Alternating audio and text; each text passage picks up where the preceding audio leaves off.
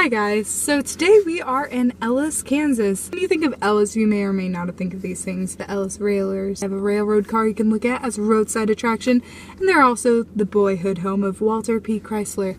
And wow, those are roadside attractions you'd see when you're driving past Ellis.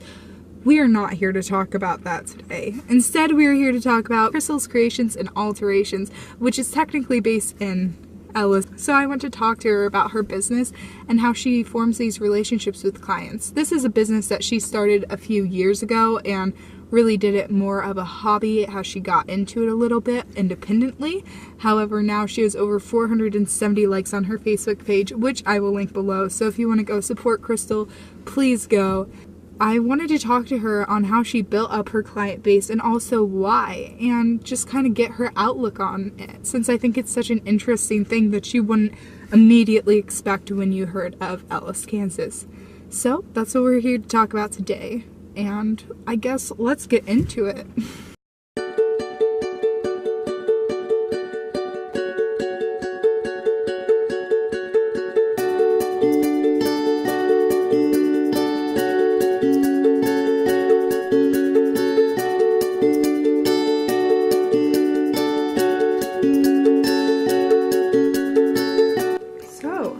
About how your alterations business kind of got started.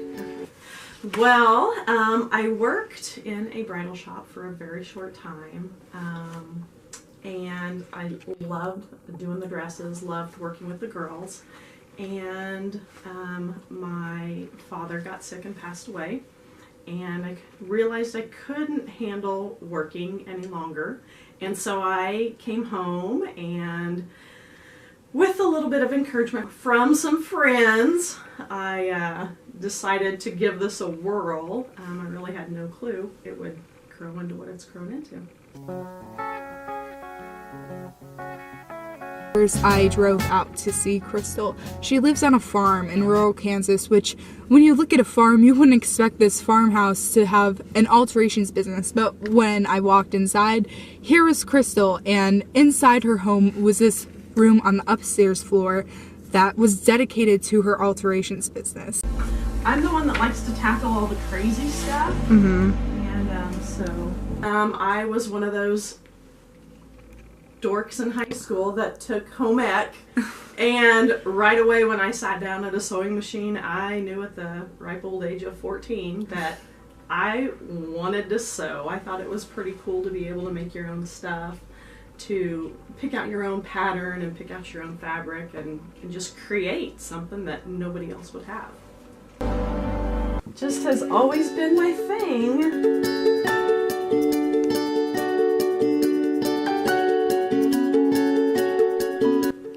What is your favorite thing about altering clothes? I like to be able to see the finished product when everything is like when the dresses are all completed and fitting the way they're supposed to, and then the connection that I make with the bride generally, or just all the friends I make doing the business is awesome. I usually send all of my brides a Facebook friend request, and some of my girls, gosh, we've been friends for years. Definitely I wouldn't have met them if they wouldn't have come to me needing a dress altered. So yeah, I love all the relationships I've gained from this.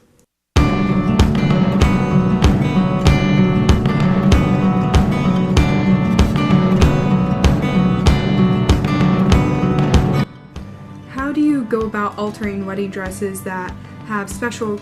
The biggest thing for me is trying to get to know that person, on the deepest level I can, to understand what image they have, so I can help her achieve that image.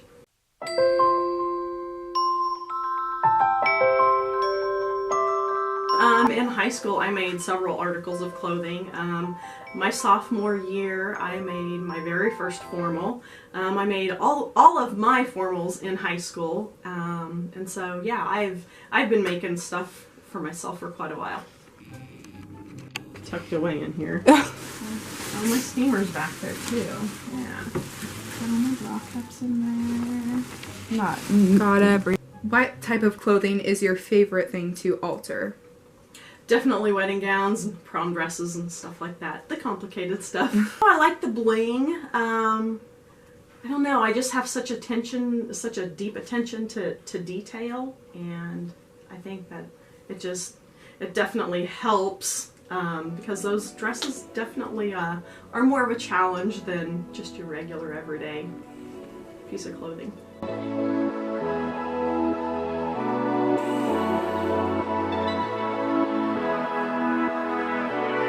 How did you build this customer base? Honestly, it's been word of mouth and Facebook that has gotten my name out there.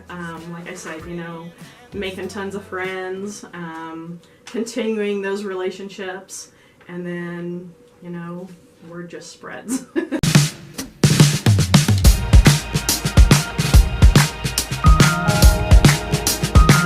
What advice would you give to someone who wants to do altering clothes or even making them as a job? Just to have fun with it.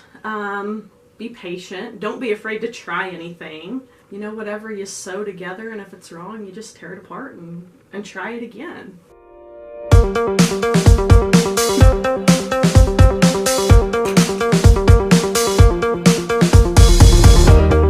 What is the most important thing to you about your business? It really gives me a sense of pride and accomplishment, I guess, because it's something that I always knew I wanted to do, but I didn't think living in rural Kansas it was ever anything that I would be able to achieve.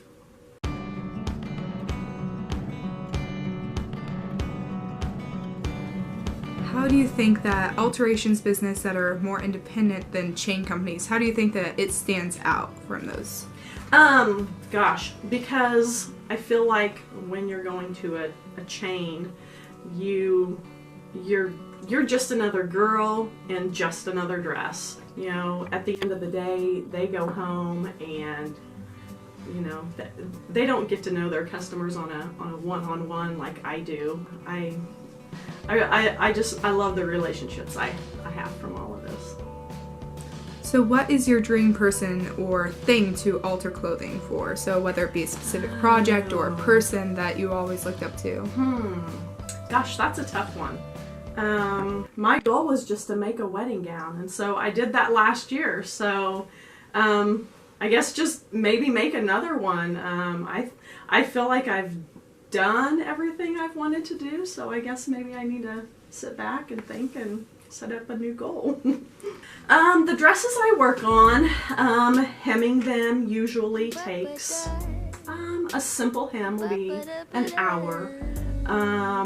Some of the wedding gowns can take up to probably 3 to 5 hours, depending on if they have lace.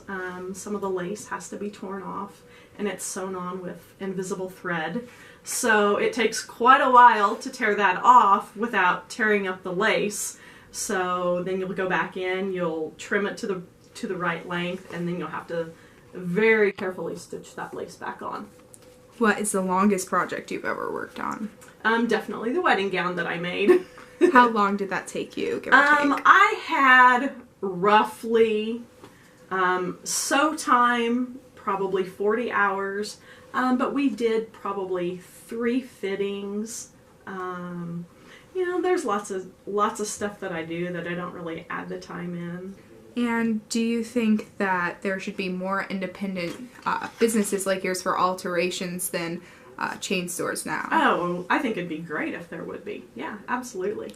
So after talking to Crystal, I really found the importance of looking more towards independent businesses and communities. While this may be something that's on your main street, or it may be something that's based out of someone's home, it's so important to support the people at your local towns first and foremost, because they are the backbone of the community. They are the people who are building relationships with you and will see you through their work every stage of your life, whether it's through all of your high school dances and then your wedding and then your kids' dances, or maybe it's just one big special momentous occasion in your life that you need an alteration for. I think Crystal's the gal for you, and I had such an amazing time talking with her and getting to know about the business. So if you guys like this video, drop a like, go check out Crystal, please, and give her some support on Facebook on her page, and thank you so much for watching, and hopefully I will continue this project, and I hope that you guys like it too. Alright, yeah.